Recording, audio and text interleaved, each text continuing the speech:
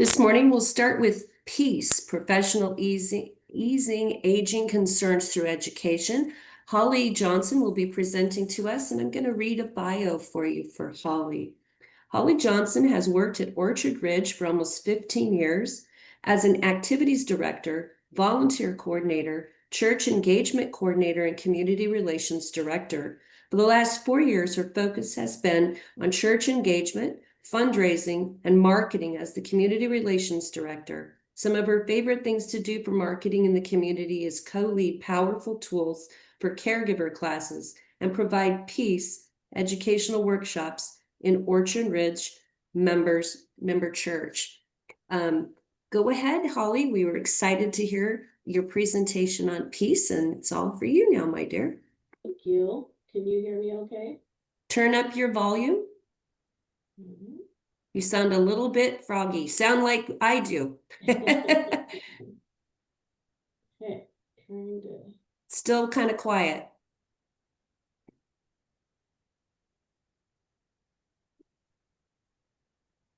Is that better? You still sound a little distant.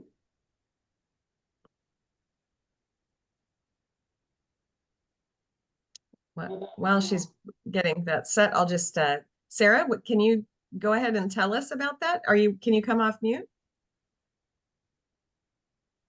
If not, I'll just mention that November is National Caregiver Month, and Lieutenant Governor Bedke signed the Idaho Proclamation yesterday. Thank you to the Idaho Caregiver Alliance for keeping that always in the forefront of our legislators' minds. So thank you very much. All right, Holly, how you doing over there? Okay, can you hear me now? It's pretty light, so maybe. I'm not good with the tech part. Maybe Derek can help there. I can't help you much there, my dear. It's almost like it might be coming through a different microphone. I don't know, Tina. What does it sound like to you? I wonder, Holly, are you turning up the volume on your device? Or where are you turning up the volume? I tried on the audio. Not in Zoom, but on your laptop or your desktop. How about this? Is that better? Do you know where your microphone source is? Maybe you could move a little closer. That's just going to say, get as close as you can to it. I do reverse mortgages for a living. I do Zoom with seniors every day. So get as close as you can to your computer. Your laptop has a little tiny dash of a hole to hear your voice. And since you don't have an external mic, you need to try to get one of these. They're $50. But Okay. get as close to that thing as you can. Okay. All right. Can you hear me? That's better. Yep, we'll listen. Yes. Yep. Okay. That's better. I apologize. Well, thank you for having me. Text me your address. I've got an extra one of these. Seriously, I'll send it to you. Oh, thank you. Thank you.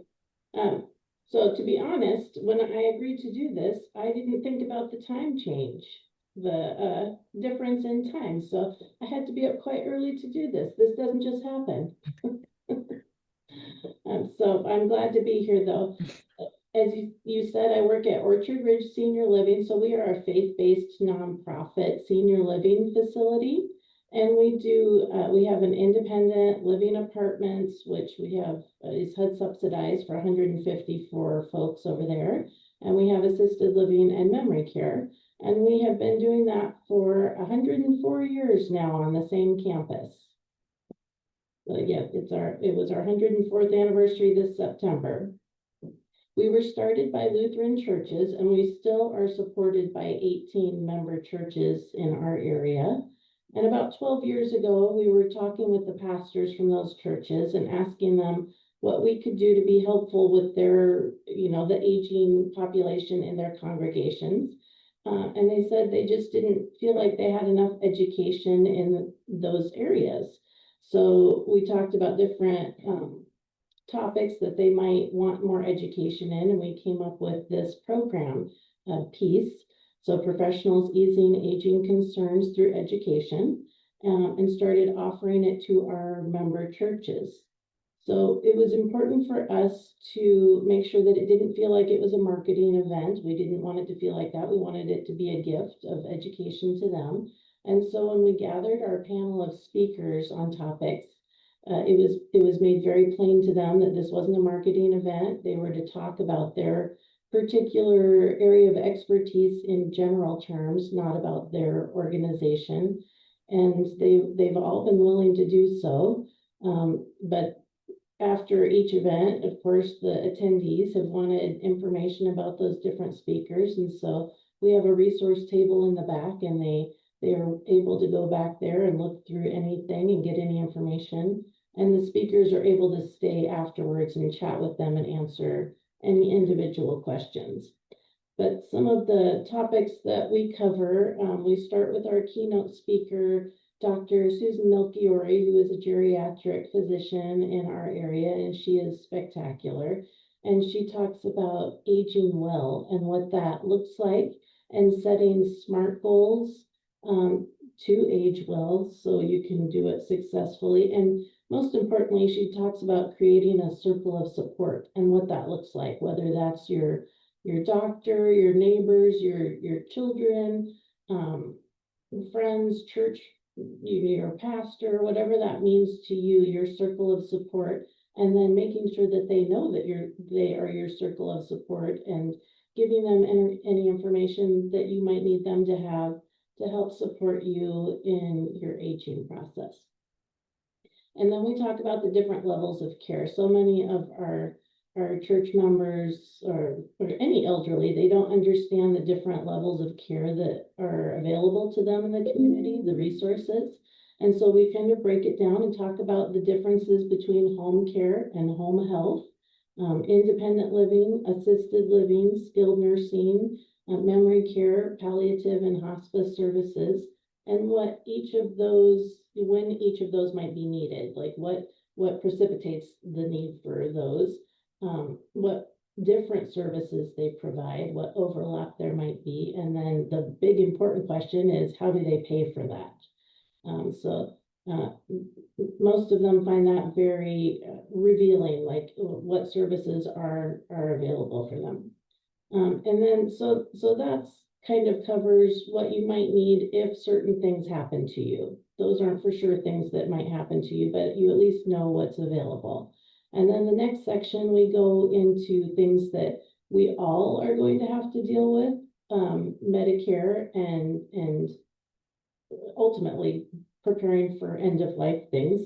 So we have a Medicare guy who comes out, and he's actually really engaging and funny, and I don't know how he does it, but he makes Medicare fairly interesting. He does a really good job and talks about the changes in the year's services and tips for getting the most out of your individual needs.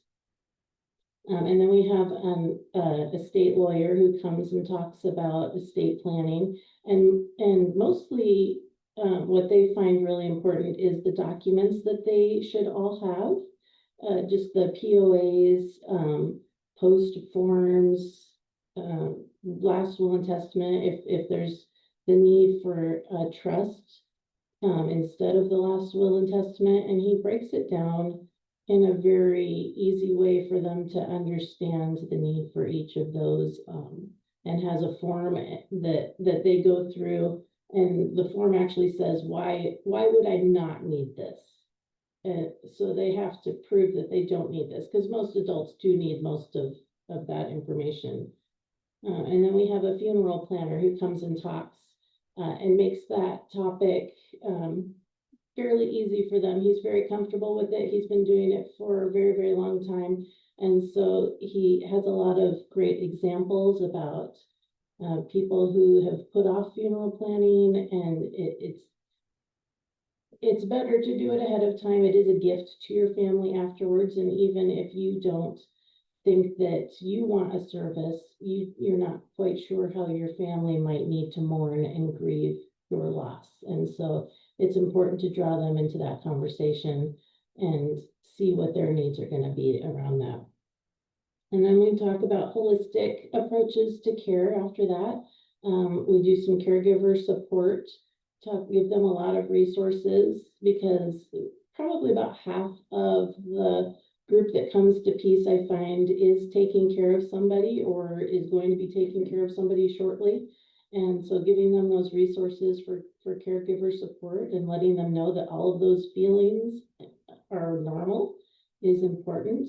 And then we talk about spiritual support. I have a chaplain from one of the hospices who comes in and talks about, end of life spiritual support. And not only that, but just as you age, you have more questions about that and need to come to terms with some of those spiritual issues.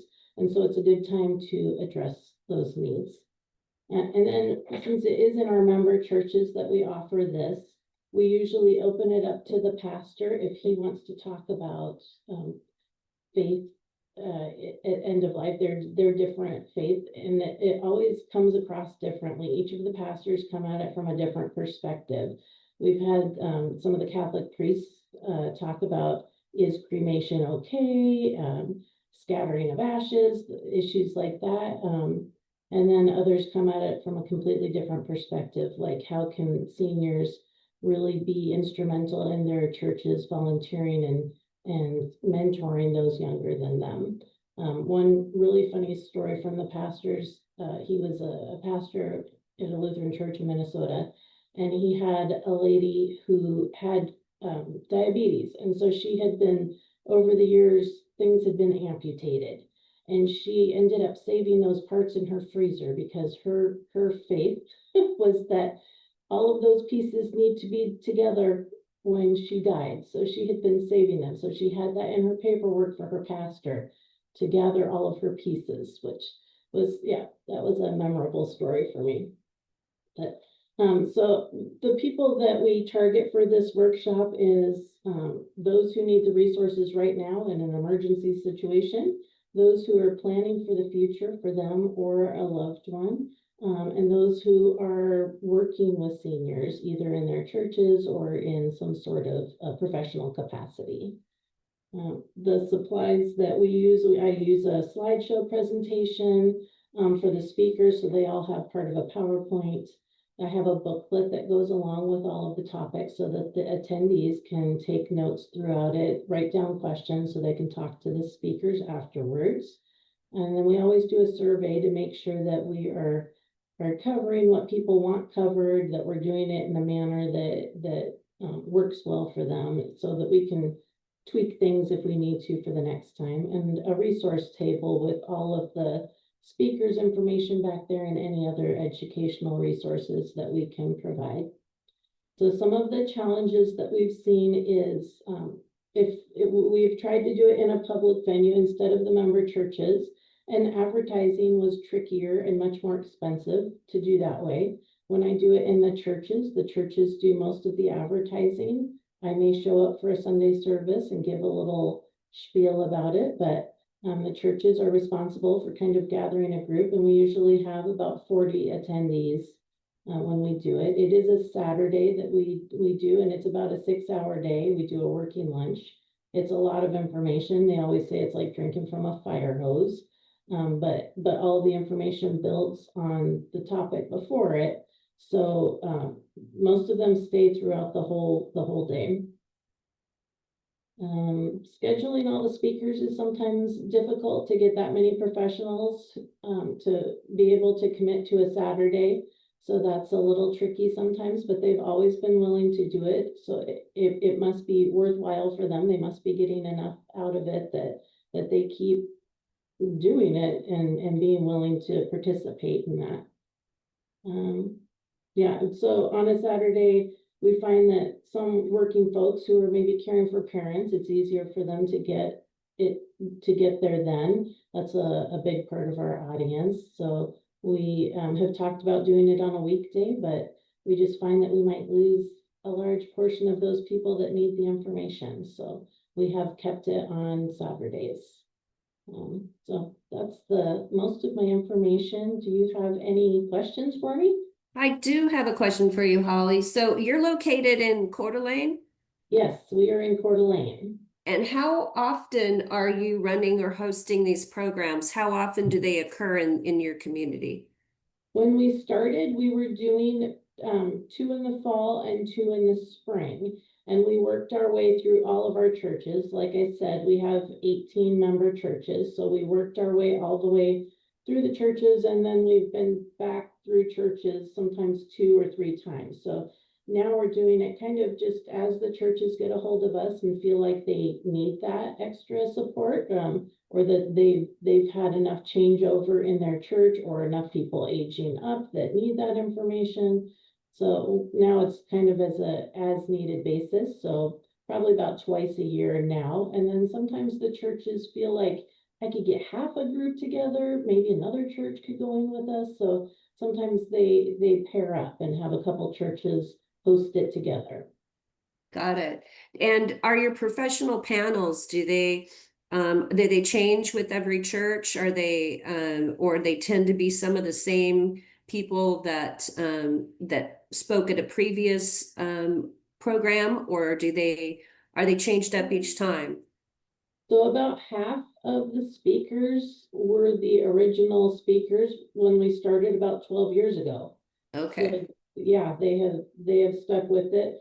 There are some that there's a lot of turnover in home care, home health. There's certain areas that there's a lot of turnover. So I lose some of those speakers and have had to replace them. But once I find a good speaker and they feel like it's beneficial for them, we kind of stick together and just keep doing it. No, I think it's a very valuable program, and I love the orchestration of it. I think that you've got a captured audience, but you've also got people that need it, and you have a great base for knowing where to find the need. And what better than your church locations? You know, they see and feel everything that comes across in their congregations. So I think that's fabulous. Does anybody else have any questions for Holly this morning? Shane? I've got one. So Holly, I've done some faith-based education. I'm a Christian. I love the Lord with all my heart. I have no problem talking about it. Bible says, out of the abundance of the heart, the mouth speaks. You love something, you'll talk about it.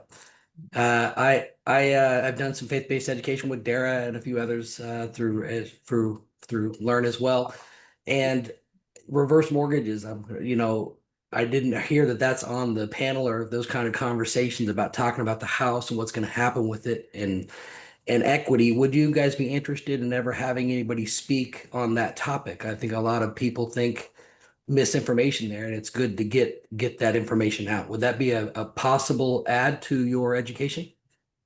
That could be something that we could kick around. Absolutely. Okay, thank Do you. you have a question for you there, I guess, is do you have a flyer or anything on your programs that we could share with our community so we understand what you do offer, and with contact information perhaps, Holly? Yeah, absolutely. I can send that to you. That would be great, and I'll make sure that it is posted so people can get to it on our members only section of our website. Okay.